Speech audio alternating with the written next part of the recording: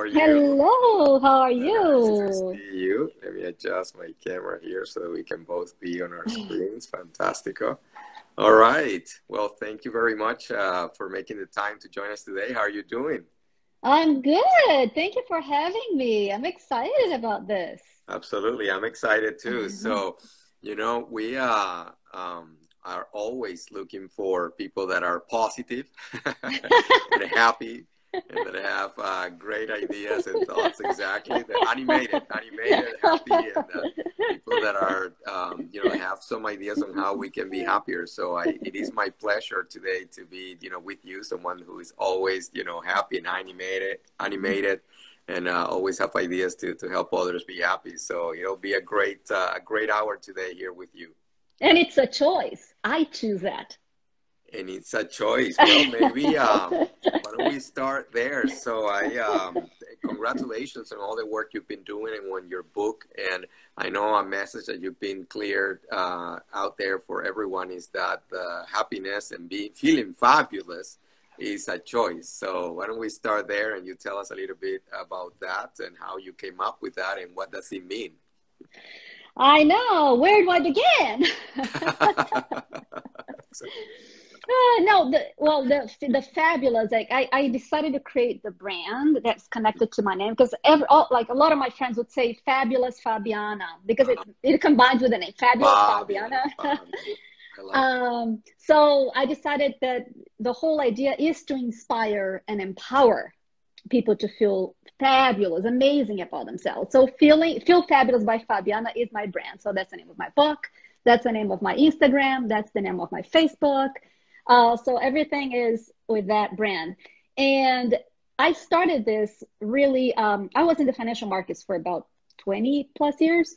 Mm-hmm. I was at Bloomberg in New York. I was at Bloomberg for 15 years, Wow. 10 of those in New York. And I was also a wealth manager at Morgan Stanley. So, And so when I went through a divorce, a lot of things changed in me. I learned so many lessons. mm-hmm. And it completely shifted my life in the Mm-hmm. sense that it gave me the will and the need to help and inspire and empower other women out there Mm-hmm. to feel the same way, like to find that strength that I found in me when I went through the divorce. Because divorce and the science of the brain actually explains that is one of the hardest things for us human beings to disconnect from a divorce more than actually your partner dying because you have a limbic Wow. system connection with that person and that person's still there. So it's really hard to disconnect I've from a never divorce. heard that or Yeah. thought about that. That's very interesting. Yeah. So what happened with me is that all the things that I've done through the process of the divorce and understanding me and understanding the other side and choosing to act in a way and to think in a way that was to my advantage and that was Mm-hmm. serving me is what made me come out so positive. So a lot of my friends are like, "What?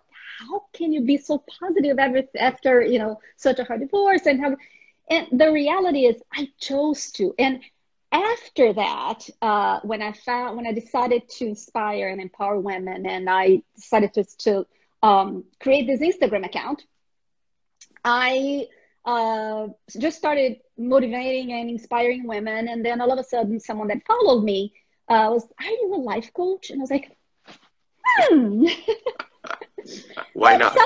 that sounds very interesting. Let me do research." Because at that point, I actually had been fired from my job because of the divorce. I ended up having to look for a job that paid more money, and then I went into software sales, business intelligence software sales. I made good money at that point, but then it was not what I wanted, and they were acquired by a private equity company, and I did not want to do what they wanted me to do, and I ended up being fired. It was another amazing experience that I ended up, learning a lot from. Um, so while I was looking for a different job, that's when I started the Instagram account, and then I had that question and was like, So I started researching. So I started speaking to friends of mine that I really admire that are coaches. And they were telling me, Fabiana, I totally can see that's you. That is definitely you. And then I started feeling that's a calling, that's a calling. And I just did it. I went to Chicago, I did the training, and I started coaching, and I never looked back. And now I actually started not, it's been a while now that I started doing, studying on neuroscience, brain coaching, understanding emotion, like human emotion, and understand. And now that I know the science, I see why it worked for me. I was doing it without even thinking about it. Exactly. It's very interesting that, like what you're just saying, right? That you were doing all these things naturally, but then, get the science and understand, wow, okay, maybe when I was doing this was my brain doing this and that. Okay. So I think you said a lot of wonderful things in there. So let's go kind of like one by one. So like, let's see so there was a time in your life where you had some challenges and then maybe you didn't feel as fabulous. And then now there were times later when you felt fabulous. And so I'm trying to, maybe for the folks that are watching this with us today, either right now, live, or, anyone that is watching this in, on demand, then maybe with your understanding of neuroscience right now, the functioning of the brain, then what felt different when you were, feeling fabulous and when you were not? What were those main differences? It's interesting that it is so simple, but it's not easy. Mm-hmm. That is the key to understand. The brain is a survival machine. Okay, so the brain is always trying to find pleasure, to avoid pain, and to save energy, basically. Yes. So think about that all the time and how it works, because the connection between the emotion, people are understanding, emotional intelligence. Yes. People can have an IQ of, I don't know, like the highest IQ, be smart as hell, but they are never going to be successful in life because they have no emotional intelligence. They can't use and emotional intelligence is basically your awareness of how your emotion affects you and how you can deal with it. Sure. Right. So, and what is emotion? Because people confuse, they confuse emotion and feelings. So basically emotions are the physiological, biological reaction of the body from stimulus in the environment. And you feel them with your five senses. You see, you hear, you touch, you taste, and your body will react to that in seconds without you even noticing. Heart rate, for example, to make you understand, there's a dog coming your way and it's like with the teeth. What happens? Your pupils will, is that how you say in English? Pupils? Guys, I'm Brazilian, so pupils. Your pupils dilate, your heart starts racing, your palms sweat.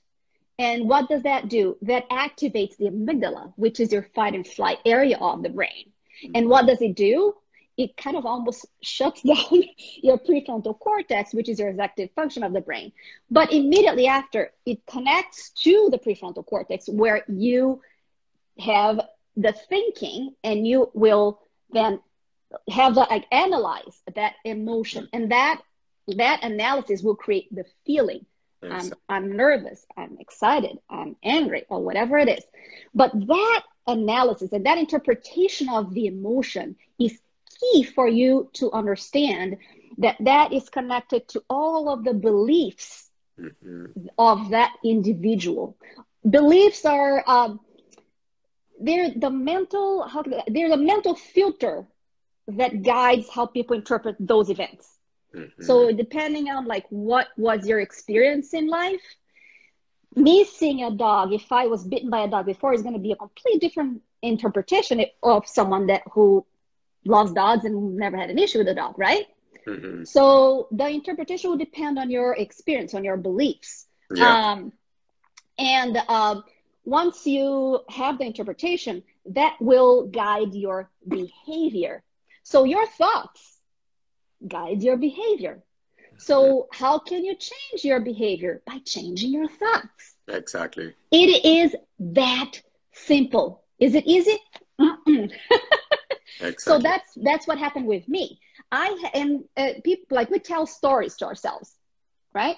So to feel comfortable, we keep telling, and the brain because it likes to save energy. If you keep repeating the same thing over and over, it's going to believe that's true, that's what it is, and I don't want to work with that. It believes your own story, yeah. Exactly. So you tell stories and you believe in them, and they create those feelings, because those are thoughts that create the feelings, and you're going to behave according to the story. And I had a story in my head about my marriage that was not serving me. But I held on that story, because I'm not getting into all of the details, but there's a blueprint. Everyone has a blueprint, which means what you believe you should be in your life and you should have in your life. And when your life doesn't go that way, it's almost like you don't even want to act. So is that do you feel comfortable sharing with the stories that you were telling yourself? No, sure. For the last 5 years of our marriage, my husband was 5,000 miles away in Africa, and I was here. And I was not feeling loved, but I said, no, I'm married, and it's like I'm never going to be divorced. The story is basically my blueprint was that I was raised Catholic. My parents have been married for over 50 years. My parents have been were married for over 50 years. Exactly. And everything in my head was like, divorce is not an option. I can't do that to my daughter. Those are the stories. I can't do that to my daughter. I'm going to ruin her life. Something that was like so evident, right? That you had all the information, but you were choosing basically not to see. Yes, exactly. It's what we say. I knew it. No, block yourself to something that is basically inevitable, right? Exactly. And just kind of like, in a way, buying time because the situation wasn't getting better, right? Yes. And what started to change in me was when I started asking myself the right questions, instead of because when you're in the victim mode, which is the worst thing you can do, you're in that rabbit hole. You're telling yourself that story, and you stay there, and you stay there. You never go anywhere. Yeah.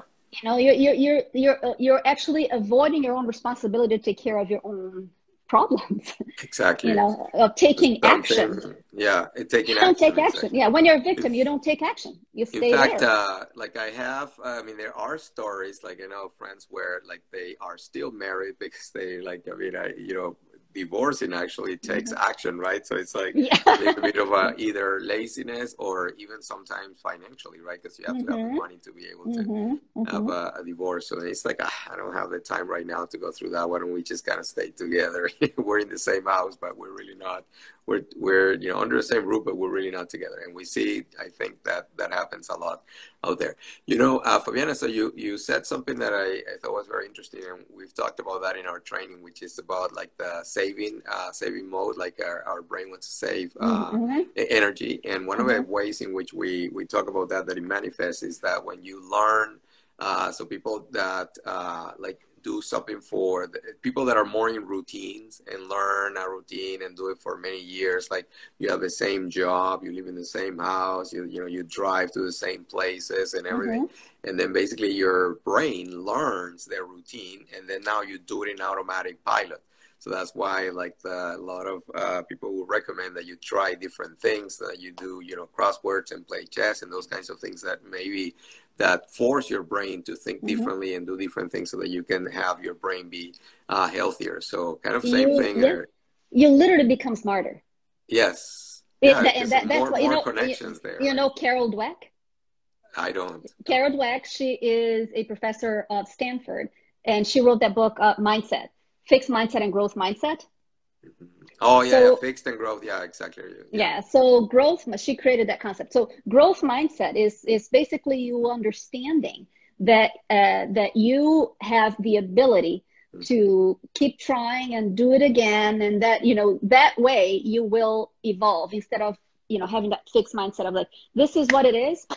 Exactly. So if you know that you have to keep trying and do it again, and because failure is a word that people hate, but you know what? Yeah. Failure is what you need to succeed. Yeah. To learn from the mistakes to then do it right.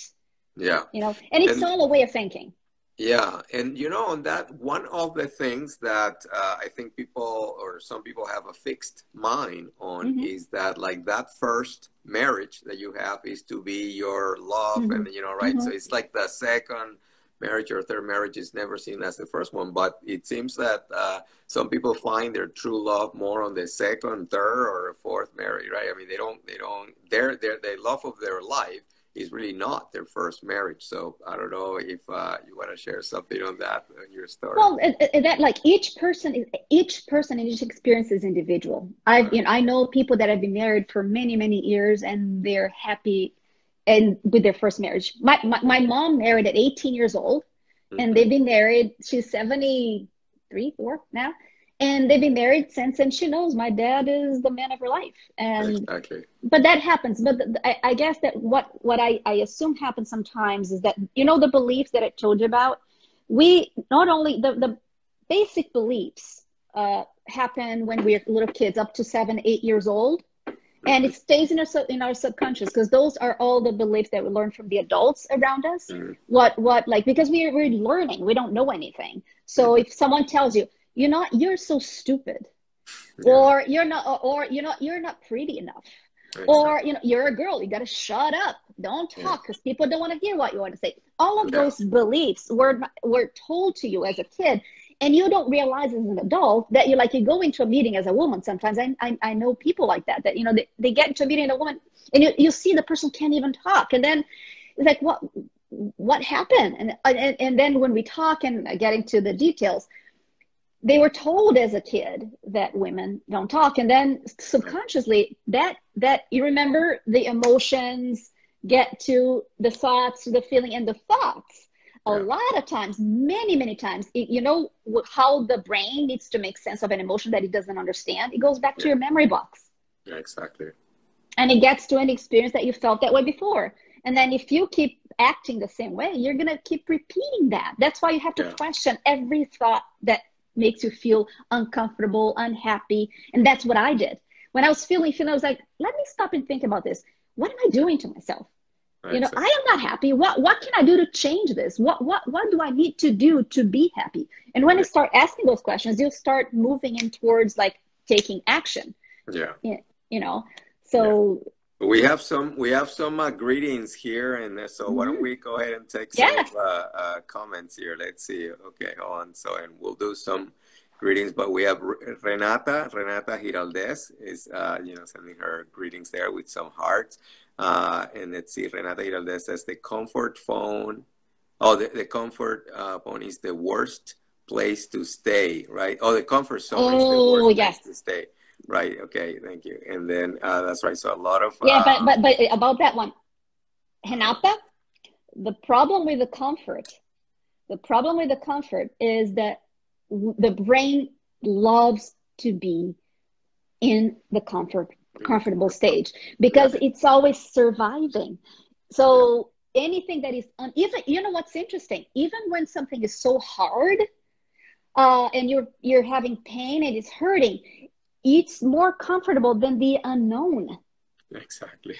So people will sometimes prefer to stay in the pain, because the unknown is more nerve-wracking for the brain. Well, that there's also people that say that some of the old sayings, how there are sayings that have stayed in time and they pass from generation to generations. And sometimes saying is capturing wisdom, right? But maybe wisdom that apply for some time in the past that may not apply anymore.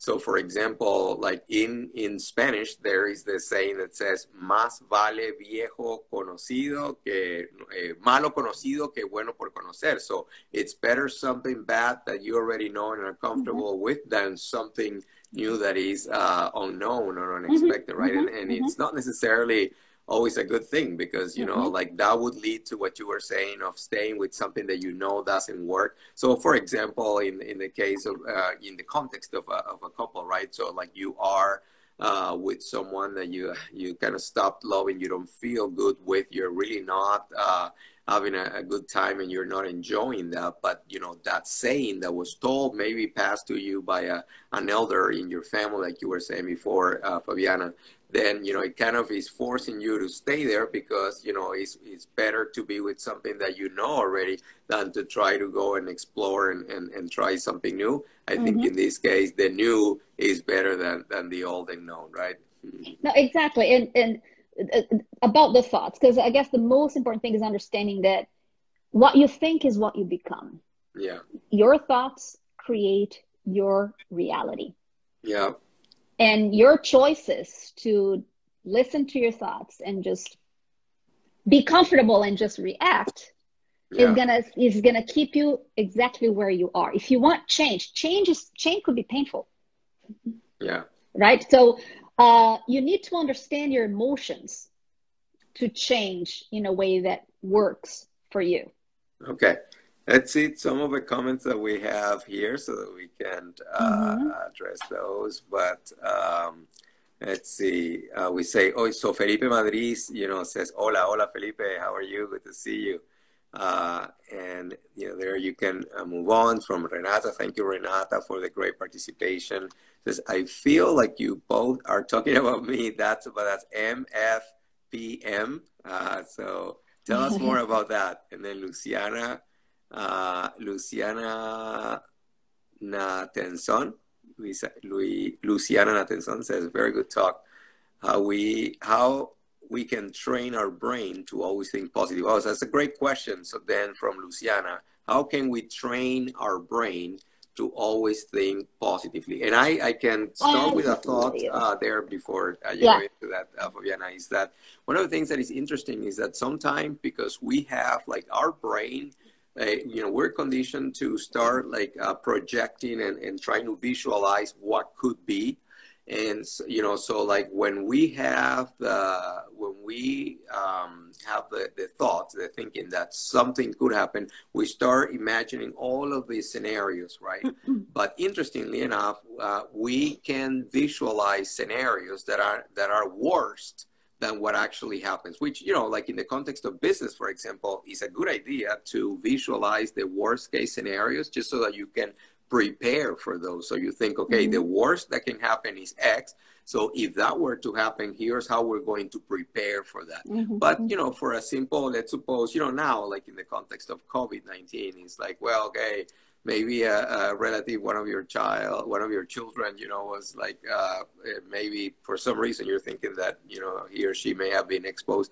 And then your brain goes into imagining all the possibilities and everything. You could have a lot of like stress and negativity, and you could like be so freaked out by something that may actually be worse than what ends up happening, because maybe, it was just really nothing to worry too much about. So what I want to express is that we have to make sure that we balance it's a good idea to think about all options and, kind of visualize what could happen, but to keep in mind that sometimes the act of thinking about what could happen can create a similar, experience than it happening when it actually will probably never happen, right? So it's unnecessary stress. Yeah, so here's the deal. The science explains. The term that is used is ant. I call them ants because you think like the little ants. It's automatic negative thoughts. We have automatic negative thoughts. It's the survival brain. Remember, it's always try to remember our brain is always trying to survive. And so those thoughts, they're not negative. They're protective thoughts. Remember that the brain is trying to avoid pain. So when you think negative, and you're thinking of all those scenarios, is because I don't want to feel pain. And what if this happens? But the reality is, if you like, research shows that 80% of our thoughts, 80 are negative. Wow. But I don't like to call them negative. They are protective thoughts. The brain is always trying to protect us. So all of those negative thoughts, the 80% automatic negative thoughts, they're always trying to protect us. Sometimes they are actually protecting us. Like when you're going to cross the street, I need to look right or left. You remember that. That's a protective thought. Yeah, but, it's the same example I was thinking in my head. That is exactly. But if you're like, oh my God, I'm never gonna get this job. I'm never gonna get this job. This is it's the brain telling you, don't go to that interview, because if you don't get the job, you're gonna suffer, and I don't need pain. So how can you get to positive thoughts? there is no magic to it, but there is action. When you have every single thought that brings those negative feelings in you, you question those thoughts. I'm going to give you a tip here. It's from Byron Katie. It's an amazing technique. So if you're having, a thought that is because if it's a negative thought, it will create a negative feeling. You know what happens? Your brain releases cortisol in your blood, which is actually horrible. When you have too much negative thoughts, you can get sick. Anxiety, and you're grouchy and you're revengeful. All of that is, you're literally releasing cortisol in your veins. And positive thoughts, that's why exercise is so important, and trying to think positive, because they release what they call the happy hormones: serotonin, dopamine, endorphins, depending on what you're doing. Like when you're dancing, and you're listening to the music that you like, you're releasing endorphin, dopamine. Dopamine is the feel-good, hormone. The reward comes from the reward system. And, serotonin is the one that controls sleep and makes you also, feel good. So the way is to question your thoughts. So here are the 4 questions you're going to ask. Who asked that question? I forgot. Luciana? That was Luciana? I figured out here, was it? Luciana, it was Luciana. So Luciana, so this is what you do. When you have a thought that's creating this horrible feeling in you, you're going to stop. You're going to write that thought down, because one thing that happens a lot, those thoughts in our heads are one thing, but when we write them down and we say them out loud, sometimes we can't even do that. And then that on its own, when you write it down and say it out loud, you're using your prefrontal cortex, which is the part of your brain, the executive brain, that actually is rational. And it's not only your limbic system, which is the emotional side of the brain, which, by the way, women have a bigger limbic system than men. Of course, we have a bigger emotional brain. So what you have to do is ask, after you write it down, you ask, is this true? For example, I'm never going to find someone who loves me. And you start feeling horrible. Let me write that down. I'm never going to find someone who loves me. I am never going to find someone who loves me. Is that true? Exactly. Yes, it's true. The first answer could be, yes, it's true. Number 2, can you absolutely 100% confirm that is true? No, I can't. Number 3, who would you be and how would you feel if you didn't have that thought? Exactly. Because what you feel drives your behavior. Remember that. So if you didn't have that thought, you would feel differently. You probably would be attracting the right person. Exactly. And then number 4, so hold on, I have the 4 questions. So it's and then the number 3, and what is the number 4? Geez. It's who would you be? Oh, who would you be without that thought, and how would you react? How would you react around the people and the environment related to that thought? It's always it's literally analyzing that thought and reframing it in a positive light. And there's always a way to find a positive perspective for everything. And that's an exercise that I've been doing my entire life. And maybe that's why I'm always so positive. When I and I think positive, when you were talking about like folks that are, trying to find a companionship. And I think that positivity is attractive, right? It's attractive to many people, like, whereas negativity can be a turn off, right? So I think that sometimes, like, if someone was to be dating and the person came from a bad relationship, maybe a bad breakup, and you keep bringing that up in the, so you're trying to build this new relationship, but because like my ex-husband is my ex-husband and he was my ex-husband and whatever. What they may not realize is that this new potential new husband or new couple or significant other is like that's not very attractive for someone that is continuously bringing the bad things of the past. You want positivity. Exactly. And one thing that is key, which is interesting, people don't think about it, something that changes who you are and how you behave is sleep. Your brain needs 8 hours, 7 to 8 hours of sleep. And during these 8 hours, it's going to literally clean itself, Yeah. is the cerebrospinal fluid that goes in and increases in 60% to literally like reset and now like and just like work on the cells that have issues, fix them, and you work on the memories. It actually how to say what's the term, consolidate your memories at night. So what happens is that when you don't have enough sleep, they even say for big executives, if you have a meeting in the morning that you need to make a big decision, you have to change that meeting if you had a bad night of sleep, because you know what happens when you don't sleep the 8 hours? The connection between your amygdala and your prefrontal cortex is affected. That means that you cannot make good decisions when you are sleep deprived. Yeah.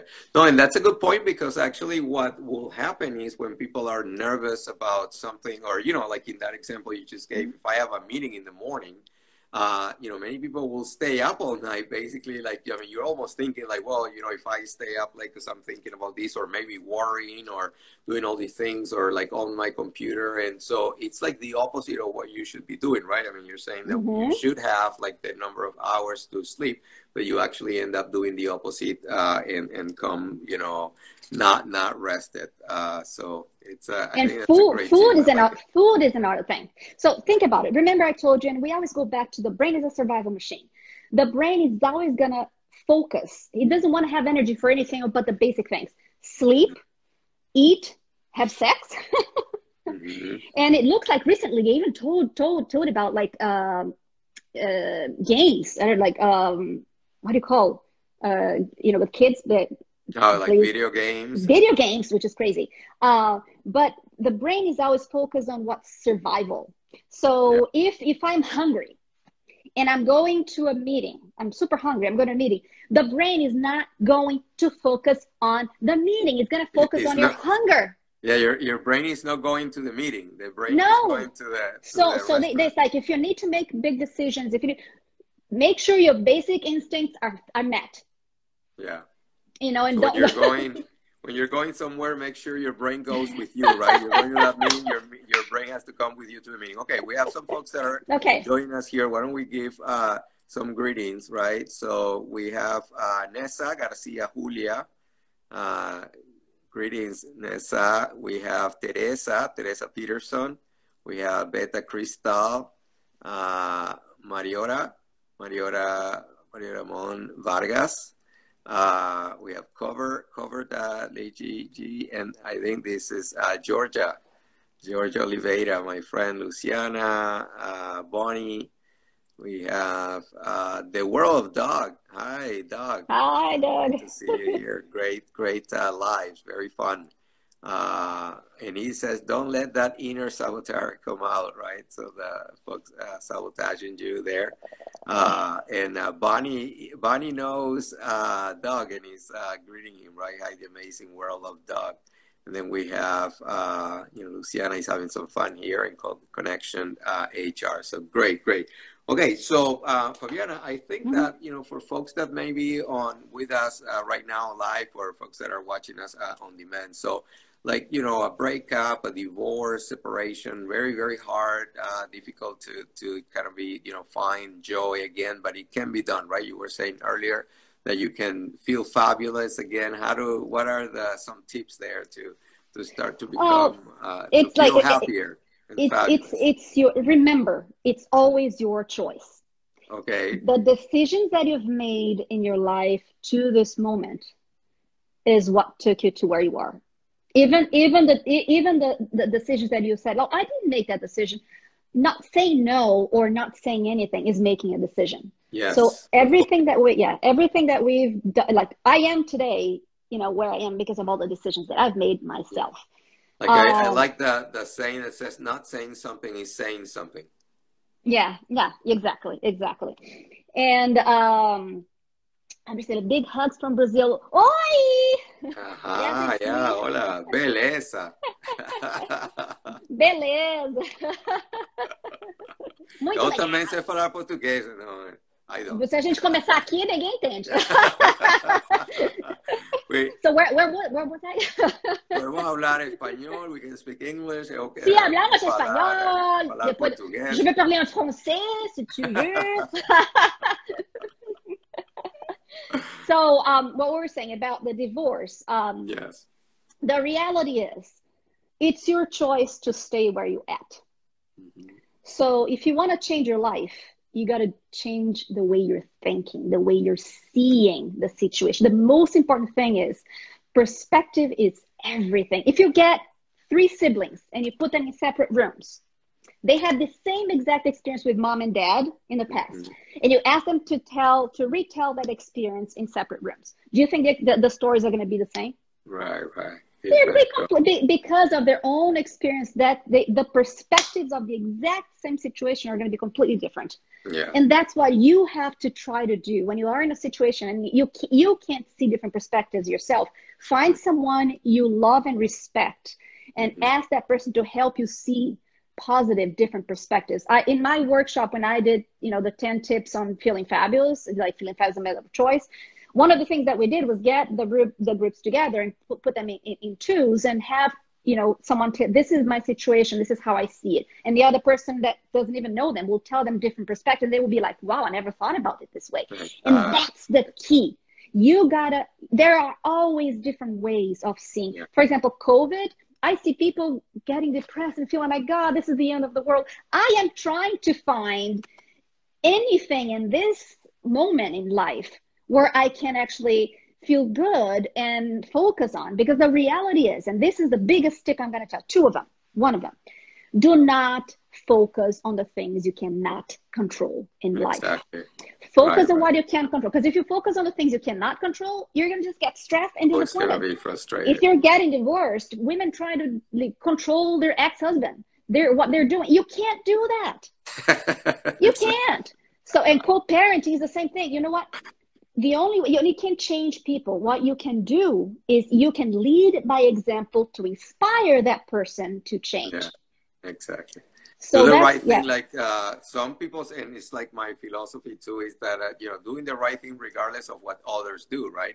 It's like if I'm on a mission to do the right thing, if they, other people do something else, that's their problem. I'll continue to do what I think it's right. So and it's a choice, and that's a choice. Yeah, and it's a choice. So one, now that you bring up COVID, so Fabiana, a lot of right now, like we're seeing a lot of anxiety, right, and fear. Mm-hmm. So, and more kind of from a physiological standpoint, right? Biological, people kind of just feeling, in their bodies. And so what we were talking about how our thoughts control our, emotions, and then, mm-hmm. We can feel better. So what could be some practical tips for someone that is feeling anxiety and is having fear, maybe cannot sleep at night? What are some pragmatic tips there to try to find more peace and then eventually feel more fabulous? It goes to the second tip that I was going to give. The first one is stop focusing on what you cannot control. Right. If you're getting anxious, think about it. Am I trying to focus on something I cannot control? Mm-hmm. If that's the case, stop and think about what can I control from this situation. Exactly. I like it.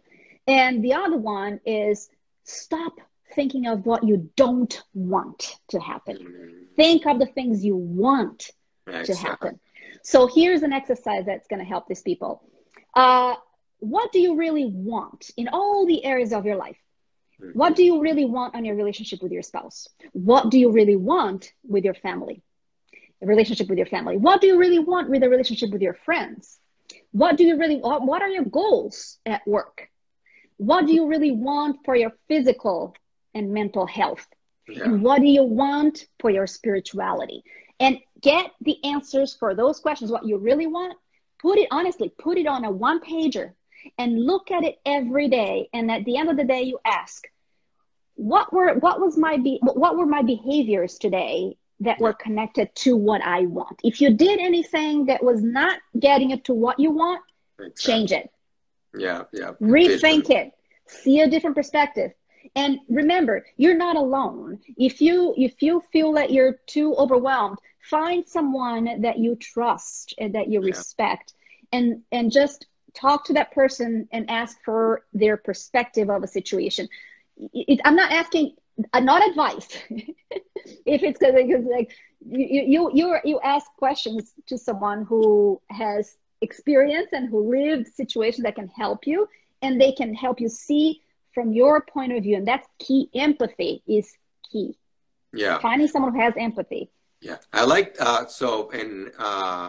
I think Renata says here your wish board, which is very important in terms of your vision, right? What is it that you want for you and for your life, and then have that board so that you can look at it and stay focused. I think that's a great technique. And I think you said something very important that is, and they say this about entrepreneurship, that one of the difference between people that are successful entrepreneurs and people that, you know, either are unsuccessful or don't do it is because, you know, entrepreneurs don't spend too much time on thinking about what can go wrong.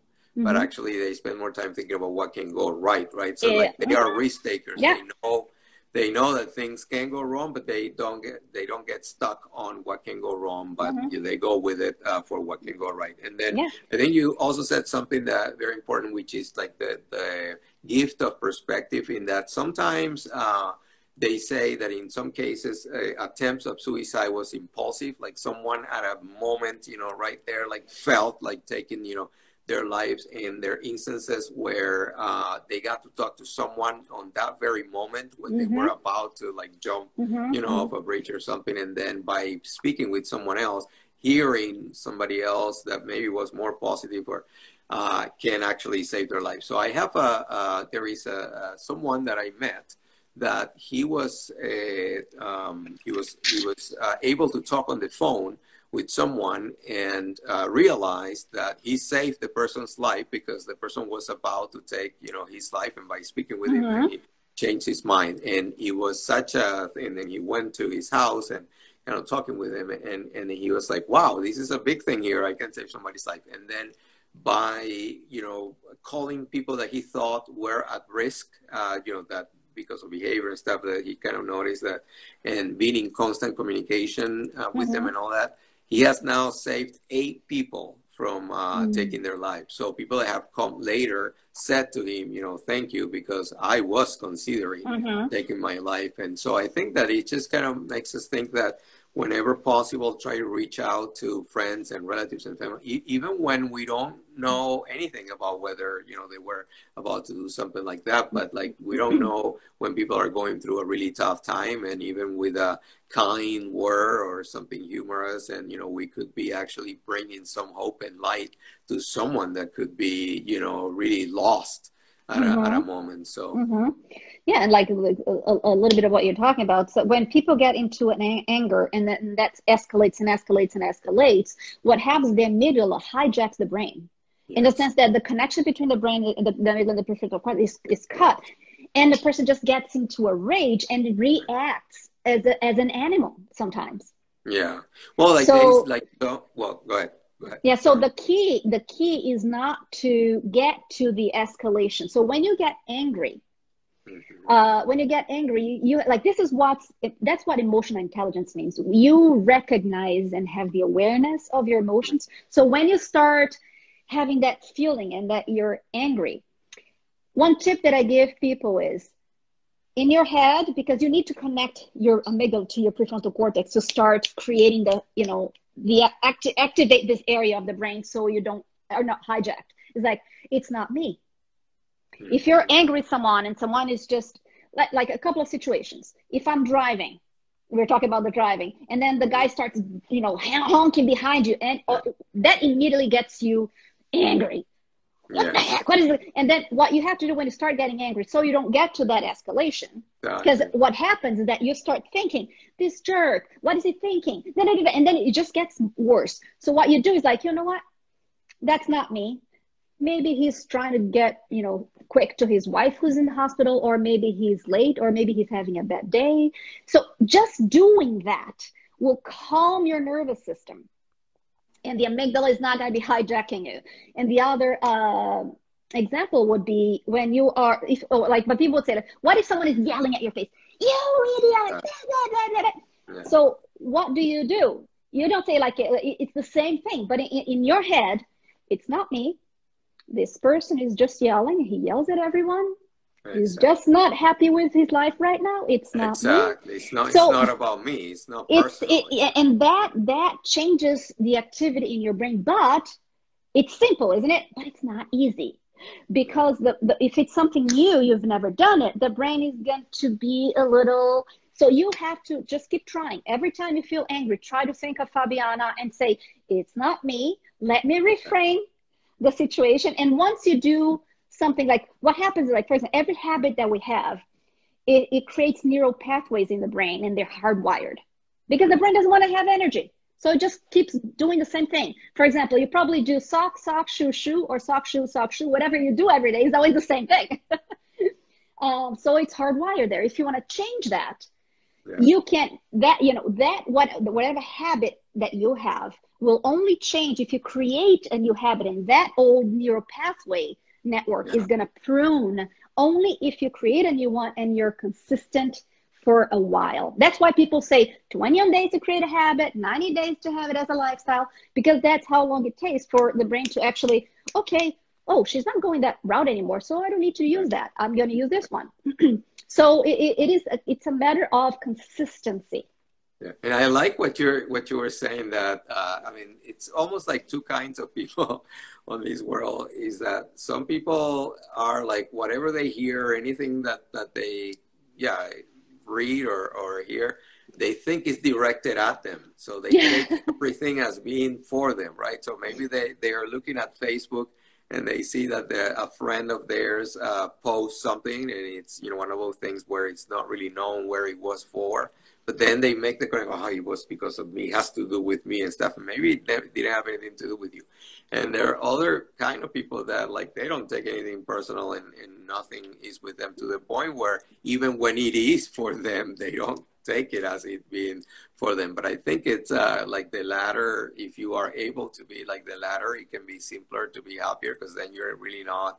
Because otherwise, there is a way to live life where you think the world is out to get you, right? It's like everything that happens and everything is like, you know, it's almost like the world is not about you. Yeah, the world is not about you. So they feel like victims. Like everything that happens is because, you know, they are out to get him or her. So yeah, I like that. It's not with you. Yeah. I happen, like, it happens to me all the time. Like when I'm driving and stuff, and and sometimes it worries me, to be honest, because I have been in instances where someone on the road is so angry. I haven't, you know, thank God, I've never had someone like really, you know, pull a gun or something on me yet. I hope that never happens. But like, I've seen them like yell some, like, you know, harsh things and be like so angry. And I think, wow, like I am, and, you know, kind of from an empathy standpoint, I feel bad for the person, because I'm thinking, wow, what must have been going on in the person's life, or what kind of life is that person having when something so, I mean, for example, let's suppose like I'm in a traffic light, and I take, you know, a little longer. I don't start right when the light is green, for example, which, you know, is making you lose a few seconds, 5 seconds of your life. And that can be enough to really trigger a person to basically ruin the rest of their day, right? So it's like, to put things in perspective, it's like, really, you know, are you going to get so angry because of a few seconds that you lost, right? Yeah, but that comes from what I told you. That's probably something that, you know, this is something that is also interesting, that, you know, mood is different than feeling, right? Mood is a feeling that lasts longer. So sometimes if you, in the morning, you had an argument with your spouse, and then that really made you feel angry, you leave the house, but you don't even think about it. But your mood, that feeling that you had, continues in you the entire day, and it hijacks you, and you start acting around people as a jerk. And at the end of the day, you don't even realize, why am I being so? And it's because of that thing that happened in the morning. Yeah. So that's why, if you are acting in a way that is not right, that you're not feeling well, question what's in your head. Yeah, like the sadness. I love that example you just brought. Like something sad, because, you know, we all are going to have like happy things that happen to us and sad things, and sometimes I can see how, like, when a sad event happens to us, you know, like you say, for example, something sad happened, you know, at home or at work, or, and then we're moving, transitioning to a different space. But I think that that sadness, you know, the physical, biological feeling of sadness, I think continues. So I like your examples earlier of things that we can do to, you know, produce that the happiness hormone, like to dance, to listen to music that we like, or do something else to really almost like shake off that feeling of sadness, because otherwise, you know, it can be the rest of the day with that. But let's go ahead and read a few. We have some comments here. So Georgia says, reading suggestions. So care package from Sylvester McNaught the third. It has been helping me a lot to deal with boundaries and self-care nowadays. All right. So the reading suggestion. Yes. Care package from boundaries Sylvester. is key for self-love. Setting boundaries is assuring yourself that you and your needs matter. So that's key for self-love and self-esteem. That is one thing that is that you got to set boundaries and create consequences. Yeah. Let's see. Luis Decar says, do you think that the corporate world creates a foundation of submission instead of empowerment? There might be too much importance put on a person's yearly review. Interesting. What are your thoughts there, Fabiana? Well, I would have to understand exactly where they're coming from. Foundation of submission, of empowerment. So, like sometimes the corporate world, like the way the leadership, which we have there, is the corporate world empowering you, or is it really creating more in you a sentiment of submission? And I think I can share a thought there, Luis. You know, we're Tocayos, namesakes. I'm Luis as well. I think that what I have seen that a lot of environments where you have to like you know, act a certain way, or kind of, you know, to be able to navigate this environment. So the concept of assimilation is that, for example, I may have thought about something, but I know I have learned now not to be too vocal or saying things kind of here and there, but I need to learn to kind of, you know, what are the silent rules to be able to navigate through those environments. So in a way, I think that creates some sort of a submission, in that I have to submit myself and be under this culture that tells me what are the things that I am to do or not to do if I want to remain there and if I want to continue advancing in the organization. And I think that even though most organizations will tell you that, yes, we're empowering our employees, you know, the reality is, and many people have learned it the hard way, is that, you know, every company will tell you, there's no retaliation, you know, there'll never be repercussions. You can say, we're going to have this discussion. Please be open and honest and say anything that you're thinking, and there won't be any, you know, no repercussions, but people learn the hard way that, you know, it is not always the case. So I think from that sense, that empowerment is said a lot in companies, but I don't think that it is always real. You know, some companies are better than others, but overall, you just have to watch for yourself. Yeah, what I would say about that is that companies are run by people. Yeah, I wouldn't generalize it, because I've worked for companies where I worked for not too many companies. I actually worked for only 3 companies my entire life, because I was always long term. But working for a company where leadership cares about people is very different than working for a company that they care about their shareholders. Right. Financial results. There's a bigger difference. And Bloomberg was one of the companies that I worked for, and it was very employee oriented. At least I felt that way.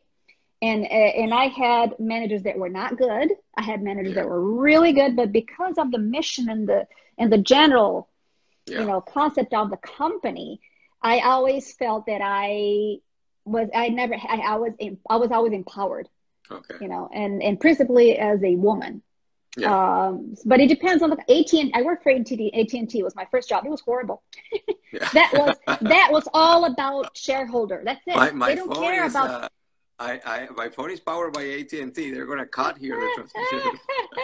Hey, so Fabiana, I think we only have a few minutes left, but can you share where can people find you? So, Feeling Fabulous by Fabiana. This is amazing woman we're with today that has a lot of tricks and tips to help women and people in general to have, you know, happier life by feeling fabulous, by understanding the science of the brain, neuroscience. So tell us, you know, your coordinates there out in social media where people can reach out to you in these last few minutes here before the live ends.